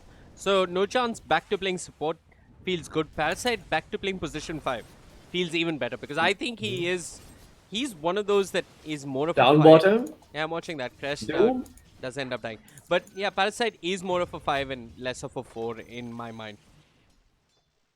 Yeah, I think so too. I feel like Parasite is one of those players who he's really good at sacrificing himself and still making good plays around the map. He's kind of like Yep. solo in that regard, where you give him a bane or something and you feel him have a strong impact on the game. Yeah. He is. He is Uh, more of that, and I think he did play four earlier when he was playing at LXG, if I'm not mistaken. I remember even he mentioning that he's not the best when it comes to finding resources across the map. I think this was when LXG had him in Pasol. But he's improved that aspect of his play. But I personally still just feel that he's more of a 5 and less of a 4. No chance mhm. is more of a 2 and less of a 4 in my mind, as he's battling the Lich by the bounty rune. Should be able to secure one, at least 2 bounty runes up top. And Floki for the first time. Uh-huh. Our first Void Spirit game. Yeah. Oh wait, was that intentional? Yeah, that was intentional. But I'm guessing. he could have suicided to the tower actually, if he wanted to respawn faster. Because now he's gonna take 27 seconds. But I guess with the new respawn time change, it really doesn't make that much of a difference. It does take, you do take longer to respawn when you die to the neutrals, but I think You take like 27 seconds. I think that's the that's what time. she said. Not sure. What? Never mind. But yeah, I think anyway, back at mid, coil committed. You can use dissimulate, right? Or you can't use dissimulate during coil. I'm not quite sure. There is that one You point in can't. dissimulate. The void spirit goes forward. Now he doesn't have the astral step, but he's got the frost shield upon him. Still not enough to bring down. No chance with the dragon slave though. Blizzard might chase for more. Brings down the void spirit. Messy affair in the mid lane, but they do manage to bring down the void spirit. Yeah, and Blizzard. I mean, he went for the no points and phase shift. I don't care about you. I do not need phase shift kind of build. So he's has a lot more damage. And Lich is also gonna go down. Yep. Last right click. Yep. There you go. So Whoop's looking much better than Undergods. Mm-hmm. Putting up a great fight at least. And in all honesty, I think OTS might be in for a world of trouble if they don't start doing something across the map soon. Yep. Because Negi is completely on top. He's pushed the PL back to the jungle. Mm-hmm. And there's yeah, I mean OTS they kind of at a loss for plays on the map. They just need to wait for level 6 on Doom, and once they have that, they can try to maybe rotate top, take down the Mars, or take down the Puck, Mm-hmm. and come back in the game. Sorry, I'm just taking a look at the brackets, Yep. which is why I'm just making noises while you talk. That's Just okay. sharing the brackets yet again. Mid lane, Blizzard gonna get gone upon. There's a Dream Coil controlling the Void Spirit for a little while longer. No chance. Looking to drop his Light Strike array will be dodged, but the Void Spirit will still end up going down regardless. Exoisi, I'm not sure how you pronounce his name, but the Illusory Orb will finish him off. Yeah. Were you even catching that? Yeah, I did. I did. I was catching it. Okay. So I'm Back just. in the top lane, Negi getting gone upon as the Mars. He has the ultimate and the spear coming back off cooldown in a little bit. Although PL still has the doppelganger if he wants to survive. Mm-hmm. Oh, but Negi, he just goes for it. There you go. There's the kill secured onto the enemy PL, and just like that. Whoops. More than just showing signs of life, they're actually owning across the map right now. 5k net worth advantage, 8 minutes in. This feels like a typical game of Indian Dota, Yeah, but it isn't. honestly. It isn't, really. That's true. Okay. I'm just looking at the bracket. So we have Whoops in round of 32, and they are playing a Filipino team called One True Squad. Hmm. I think this is the only team with Indian players in it that's going to be making it this far. We have LGD International as well, Floki. I think that is something we Yeah, we might have. want to jump to later. LGD International playing right now versus Team Oracle from Hmm. Australia, and Undergods, they've lost their game.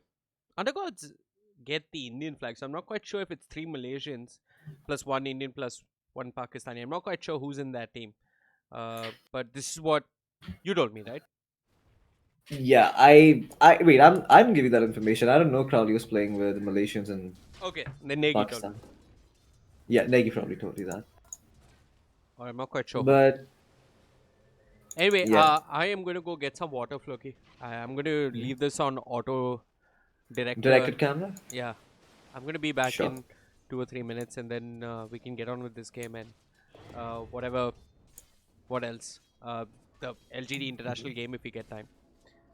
Yep, Blizzard back in the mid lane, going towards the Rubik. He is going to end up dropping Lina, looking to find the stun onto the PL, will not be successful, and now the turnaround comes from Kiritz. He really needs this kill because he's had a really, really bad lane, but no chance.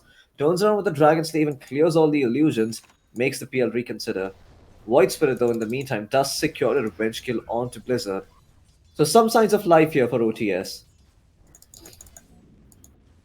Meanwhile, Parasite and Negi, they secure the shrine up top, the shrine down bottom. I mean, not the shrine, rather, the outpost up top has been secured, but Kiritz is gonna have to be careful. Negi has the ultimate at the ready. There you go. They were not able to get him into the wall of the Arena of Blood, but they still managed to find the kill.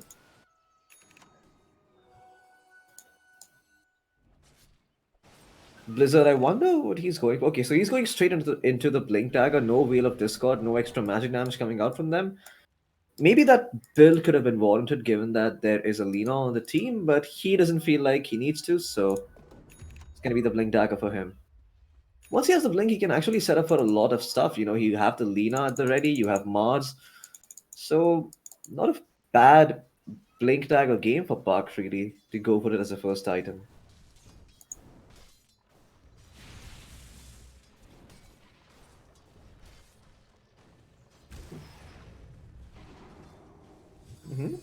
Okay, Negi has also made his way here. He's going to use the Dream Coil onto the Doom, the Spear as well, connecting the tower, though still not focusing on those heroes. Got the Doom in it, and the Doom's going to end up dropping courtesy of Negi. Nice Chain Frost coming in that allows him to secure 2 return kills. The puck is going to end up dropping, but no chances here for the cleanup. Parasite as well. 2 points on the Thunder Strike. Spirit out of mana, now being controlled by the Lich. But still, the Lich, he's taking damage from the tower, and he's going to end up dropping. Now, the Whites are trying to secure the kill with the Dissimulate, is not going to be too successful. The Frost Shield also running out, the Astral Step coming back of cooldown in 1 second, and he will finally find the kill. He will look to get some more. He, in fact, finds Parasite there with the Aether Remnant. Can he find the last right click that he needs? He's trying to. Parasite going into the trees, juking and jiving, but the Void Spirit will find the final kill. Blizzard looking to find the Void Spirit. He has mana at the ready, no Astral Step just yet. Dissimulate coming back of cooldown. Rubik, in the meantime, looking to catch the puck and prevent him. So, the last right click gonna get dodged by the Dissimulate. Crest, he's back here again, and the Doom is gonna get used upon him. Negi might just end up dying over here. The Fate Bolt coming back off cooldown soon enough. And Negi, is he dead? Negi is not dead, but Blizzard might be the last tick of the Doom is gonna kill him. He will die. He will die with the last tick, and no chance will fortunately secure the return kill on the Doom. He has the raindrops though, and the double bracer, so he's pretty damn tanky. It's gonna be a while before they kill this guy, if they even manage to kill him, that is. Do you have a glimpse onto Parasite? You have the Static Star, but I don't think they want to drop it. Oh! The Dragon Slave also not clipping them, but still. They finally managed to find the kill, making a lot of space on the map for this PL, who has been farming away in the meantime.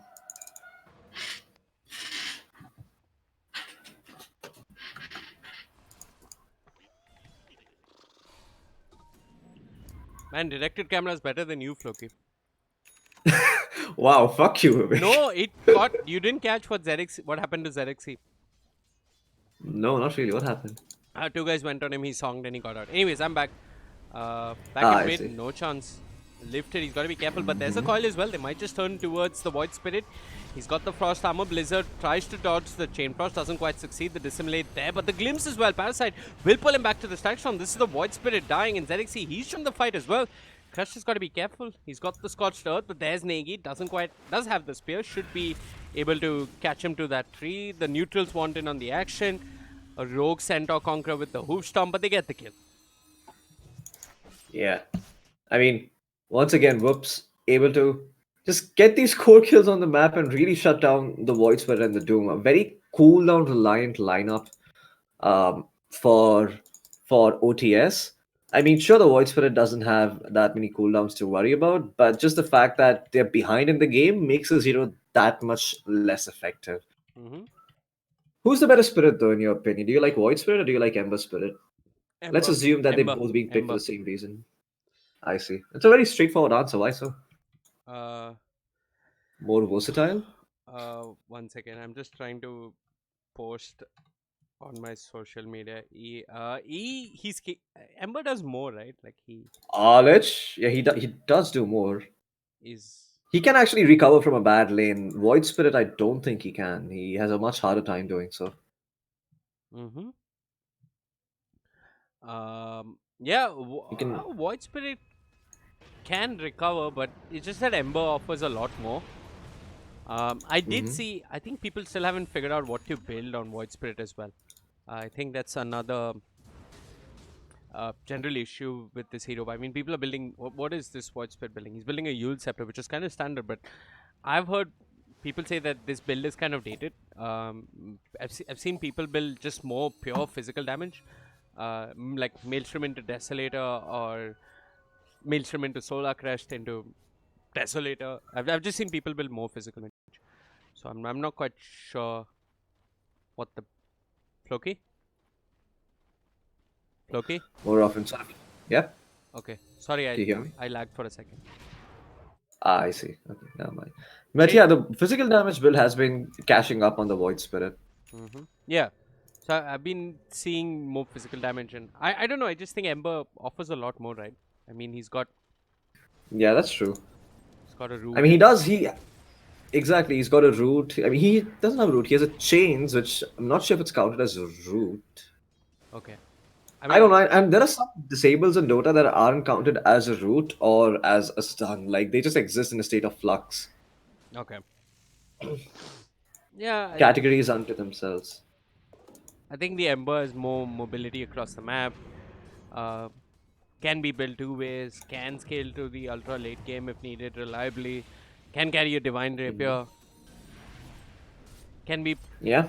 is played with more success in a variety of roles. It's just that, uh, He also has this thing where he can actually jump onto all these heroes that are hard to catch, which Void Spirit actually lacks. You know, you I can always remnant into the back lines and think take he someone out can, as right? Ember, With but yeah, the Void Spirit. the range is actually much less It on is. Ember on Void Spirit. Like a single remnant travels further than two astral steps. Yeah. Vignesh, what did you tell us? I missed that. He types so I told you in chat. But yeah, I'll get back to that later. As the Void Spirit does get caught with the coil, there's the Laguna Blade committed. Negi there with the arena as well. Does push Mars out of it. I'm not quite sure how that happened, but they'll sell for the Lich, which is what they get at the end of that. Two ultimates expended, but they're still chasing down this Doom. There's Negi with his Blink Dagger. Has the God's Rebuke. Will push around the Doom. Can't really spear him back. Up. No, no, Negi. No. that Uh, yeah, Nagy playing a little bit of lag there. yeah, Borivali internet is probably not the best in the world. Crest though will turn with the Doom. Blizzard might just end up dying. A deny would be nice. They won't get it. Blizzard dies. Crest though should probably pay with his life. A decent storm coming out from him, but I think this is the end of him as the God's Rebuke from Negi will take care of him. Yeah. How do you feel about Zerexy playing a farming hero though? I mean, this is the first time I'm seeing him play something like a Naga Siren. Yeah, He's it's always been the person who plays Monkey King and more active heroes. yeah, he's generally been playing more active heroes. I agree. This is the first time I've seen him on something like a Naga. I don't have any memory of him playing Alchemist. But so far, so good. I mean, he's on top of the net worth charts. He's done better than everyone on his own team, which says a lot when you have folks like No Chance and Negi that love to just farm the map. A little bit of lag from me, folks, but No Chance still alive does turn, commits the Laguna Blade. They'll bring down the PL. I'm still Oh, lagging. I'm not quite sure why. you should try disconnecting and rejoining the game. Okay. Is it game specific? Were you hearing me? Were you hearing me, Floki? Nope. Yeah, I could hear you. I could Okay. hear you. So I think it's game related. I think it's a game. Could be. Just look at my OBS. OBs? Stream health. How is stream health? Is it healthy? Okay. I don't know. Certainly healthier than you Back at mid. or I Negi am. with the arena. Not forced like Hirok Sumo. He's going to make a kill look very easy. As he Fuck brings you. down the Rubik. There's the Void. Wait, He's trying to force the issue. Does nothing. the Just Aether Remnant actually caught the creep. Yeah, Okay, never mind. That's what happened. that does happen. It's and Negi, no, no, Negi. this is a game of skill shots being missed left and right. But all said and done, it's whoops that are the ones just leading the game right now. We are in the round Yeah. of 32. I think it's worth mentioning, Floki, that there are two really interesting teams. One is T1, which is Black Forever. Um, Black Mm-hmm. Forever. Who else is in that team? They've got a pretty star-studded lineup. Oh, in your dream, how can I forget? That's a Ah. pretty stacked team that we have up top. They should be able to bring down this Void Spirit. He's got the Dissimulate, the Thunderstrike upon him. Song even committed. I think he's dead. He's got one more Astral Step, but they're going to bring him down before he gets the Astral Step off. Negi will manage to push the Doom out of position. The Laguna Blade committed. No chance. Along with Negi, and Negi's got Rebuke. Will be able to bring down the Rubik. I see a glimpse. That's the Lich being bought back. But instead, they'll just drop the Arena. Sell for Crest. Crest will fall. Buyback coming up from both the Void Spirit and the Doom. The Void Spirit once in. Again, that Aether Remnant catching only an illusion this time around. As the Void Spirit goes forward once, no chance. No chance has nothing like a Yule Scepter. The Dissimulate will manage to dodge the LSA, but buyback's committed and they find not even a support. While what? Negi dies in Uh, the enemy base? They find Negi. okay, I'm not too sure how that happened. This Ruby didn't is... see the glimpse or something. That was absurd. Wait, That... let me actually go rewind because I can and see how exactly Negi died. Okay, he was just running back into the enemy base to prevent his team from dying. Mm-hmm. That is a very Negi play to make. Just Yeah. make sure that he can take care of his team. Oh, ZXE? Yeah, there are 4 heroes right on top of this Naga sign. They'll commit the Doom as well. No Song of the Siren. And they should be able to bring him down. Rubik even steals the mirror image just for the lulz. But yeah, that's ZXC dead. That's a couple of key kills going in favor of the Dyers. Both Negi and ZXC take a hit. A streak on Negi taken away, and ZXC's generally one of the better kills to get in terms of EXP. Blizzard wants in. He's going to close the distance with the Waning Rift. Doesn't commit the coil. Waning Rift gets stolen by the Rubik. He'll use it to try and disengage, but the Dragon Slave, as well as the Thunderstrike, should be enough. A glimpse committed. They find the Doom. Perfectly timed LSA as the Doom gets skewered to a 3. And he should fall. The God's Rebuke there from Negi. Yeah. I mean, it's ZXC has been farming well, but I don't think he's that experienced playing Naga because usually I've seen Naga Science get a lot more last hits. Still, though, he's been playing very well, I have to say, for somebody who usually 200 plays last fighting heroes. hits, 22 minutes. 2200? What? Oh, 200. 200 last 200 hits. last hits in Right. 22 minutes. Yeah. 2200 is a lot.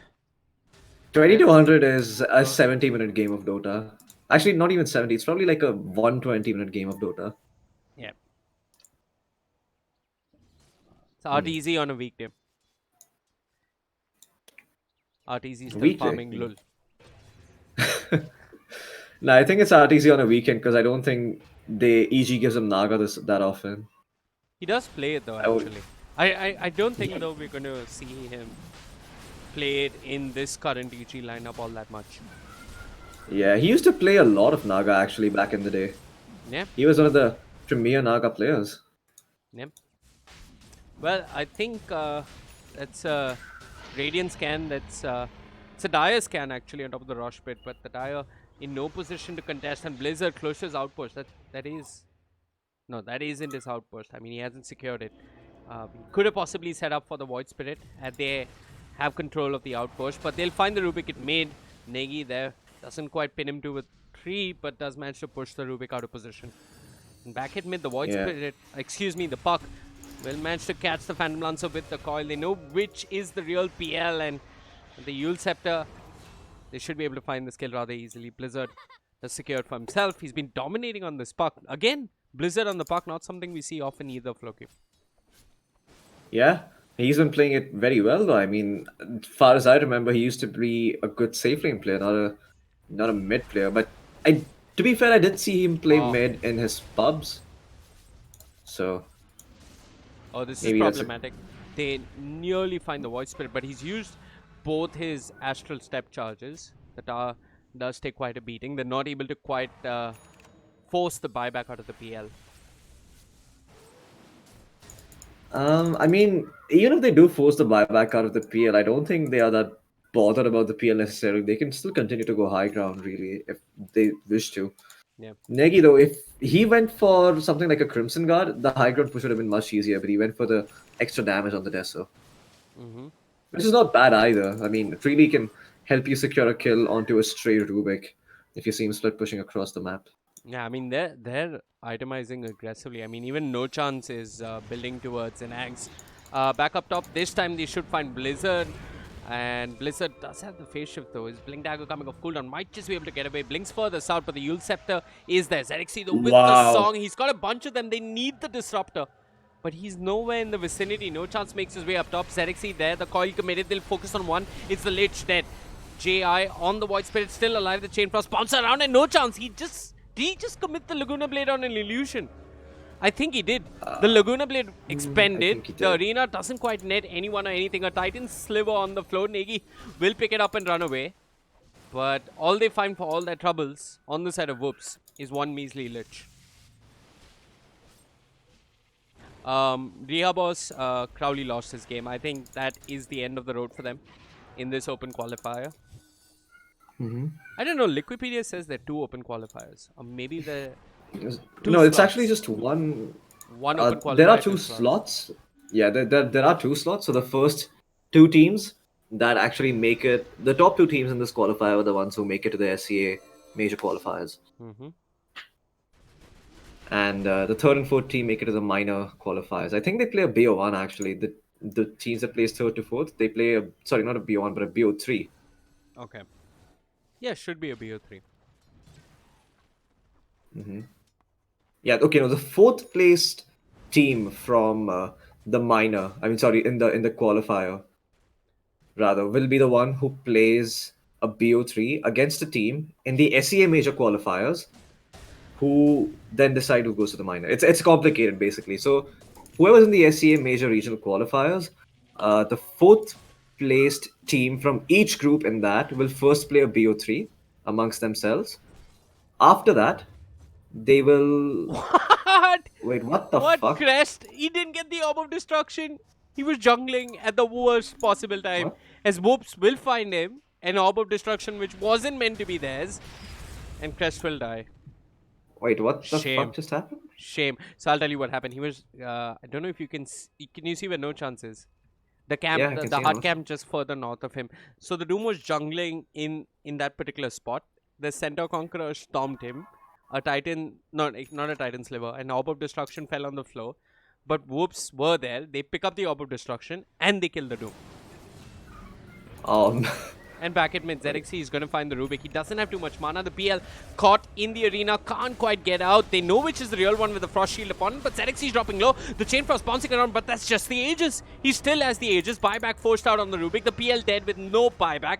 The Void Spirit commits his BKB, doesn't get squat in return, and now the Void Spirit caught in the song. This is the kill that they should be going for, but they'll sell for the Rubik. The Waning Rift, the nukes from Blizzard enough as the Static Storm and the net does control the Void Spirit for a decent amount of time. He's got the Yules, but it's near meaningless. The Doom, that's near meaningless as well, as it's not going to do all that much for the side of OTS. Crest, all by himself, will get glimpsed just in case as Whoops win a fight. Negi gets a double kill, and they are making Indian Dota look good for once. Back at Ledge, mid, they find Gauti as well. I think this was him trying to do a little bit of an OG no-tail and just start pushing the wave and buy time as much as he can before Whoops just pretty much end this game. Yeah, no, Whoops has watched True Side. They know what's up. Yeah. But yeah, I have to say, I mean, Parasite, he's never really felt like he needs to use a Static Storm in this game at all. Yeah. It's like, you know, it's just like a bonus. It's like a Diwali bonus, you know. Negi is going in as well. He's got to be careful. There is a BKB on the PL. So that arena doesn't mean much, and Parasite doesn't have the Static Storm. I don't know if this is worth it. Anyway, now they're going to skewer the PL, so this is actually worth it. It's him dead for 65 seconds. BKB committed. And Whoops will not lose too much. They've still got a greater Fairy Fire. I think I saw one. Or they sent it back to the neutral stash. Let me just check real quick. Yeah, it's in the neutral stash. Wait, that's not there, the Greater Fairy Fire. Okay, yeah, it is. It is. It is in the The courier for the disruptor. the orb of destruction is what they stole. That's a dire orb of Oh, you're talking. destruction. Yeah, they stole Wait. it from the On dome. who? On whom? Okay, yeah, on Whoops. Negi. I see it. Whoops stole it. Yep. There you go. Yeah, Negi's using it. Man, Yeah, I there. mean, this happens so often. Like, you just farm a camp, neutral item drops, and you TP out, and you're like, oh crap. Yeah. I think this is something you have to remember now as a player that if you haven't found all your neutral items, you cannot afford to be farming camps in unsafe places. Yeah. More than that, I think you just need to be aware you don't TP out before seeing for a second. Yeah, actually, he didn't TP. He got stunned by the centaur. Anyway, back down bottom, they found the Void Spirit. He gets his BKB off. He does have an Astral Step, but the Puck Coil is a bit of a bother as he can't do much about it. Crest, he's going to get glimpsed back. He doesn't have the Doom. Even if he did, I don't think it would matter all that much. Parasite surging forward. Blizzard doesn't have the Yule Scepter, so they can't quite catch the Rubik. But what? Blizzard's going What? further north? I am not sure. Stole. He's- There's no way Blizzard goes for that. Okay. yeah, I'm not sure what that was about. Yep. I think he was trying to play You Can't See Me with the Rubik there. Mm-hmm. A hide and seek. Most pucks these days are just skipping the idea of building into physical damage. Cast range and spell amp is what Blizzard has chosen as far as level 10 and 15 talents are concerned. I think this is I think it's some. partly because of the PL as well. Yeah, I mean, you could go physical damage as well, but is it because he has a lot of armor that you don't want to be going for phase shift attacks? I'm not sure. I don't know, I just feel like it's overrated. Phase shift attacks, it comes online a bit too late for your taste. There's the coil And committed. Ags Laguna Blade. PL oh snaps the coil. Ends up dying. No buyback. And the Doom committed. No friends in the area. The Lich is there, but there's the Static Storm. I mean, this is just. It, okay, they this is. disconnect without calling GG? What? No, they call GG. I mean, the Lich disconnects Oh, and then they call GG. This has been a really okay. one sided game. Okay. Yeah, I mean, Back to the WhatsApp, Floki. Or you want to take a yeah. break? Because we have Oracle versus LGD International going on. Let's take a 5 minute break. Then we can come back. I need to get some sugar in my body because I'm so low on energy. You can feel it too. You're not saying it. You can just call me out straight up. No. No. Okay. Wait. I can't watch the Oracle versus LGD game. Lobby not found. It's over. It's over. It's over. Okay. Oracle won. That's why. What? Yeah, that's what happens. Oracle won. In 31 minutes. Yeah, they have the perfect draft for it. They have Razor, Chen, Tiny. I mean, come on. And they just went for a mid game draft with the heroes. Okay, I think Ricky, we Razor, can Chen, wait and Tiny. jump into the next Whoops game if that's what you want to do. I think we can do that. Sure, we can do So that. you go get sugar. I'll figure it out. Okay. Ah, is the round of 16 scheduled for today? I'm just checking the brackets, folks. Oh, okay. So I think that's all for today. This is 8th February. Huh. You got any other games in the round of 32? Okay, so T1 versus N Life is going on. And N Life, it's not yet begun. Is that what I'm looking at? I'm just trying to figure out the brackets, folks. If you guys want to take a look at the brackets. Here you go. Just gonna share it again.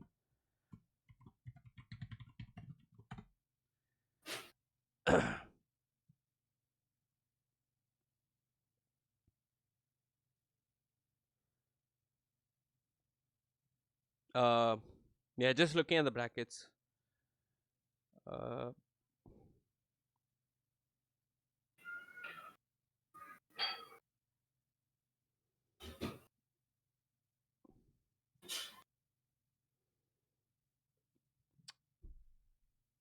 okay, so T1's game is over as well. I think that's it for today then. Uh, I really don't want to jump into this game like midway through. I think we can doesn't quite hurt to just watch it.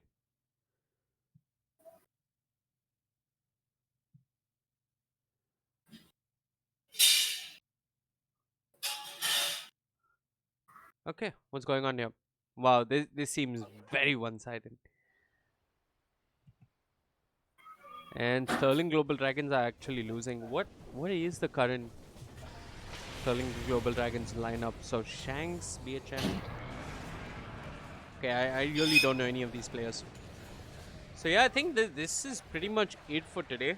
I'm just gonna wait for Floki for formality's sake. I don't think there's any point jumping into what's a rather one-sided game.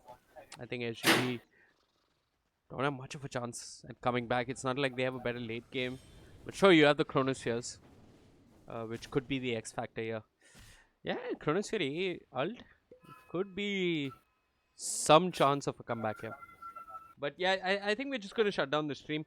If you guys have any feedback, please do let me know. We're going to be casting tomorrow as well, depending on Floki's schedule mostly. I'm there for sure. Uh, and yeah, I think yeah, thanks for tuning in. This is not a dead game, so fuck all of you mobile folks. But yeah, yeah, it's been fun casting for all of you. Any feedback, thoughts, more than welcome. You can find us at social media. I'm at VWEWAKE on Twitter. I'm at also /Veewake casting on Facebook. Floki's at Floki Dota on Facebook and at the rate Floki, which is FLOKI on Twitter. So your feedback is always welcome, harsh or otherwise. And yeah, thanks for tuning in. This is where I shut the stream. Goodbye.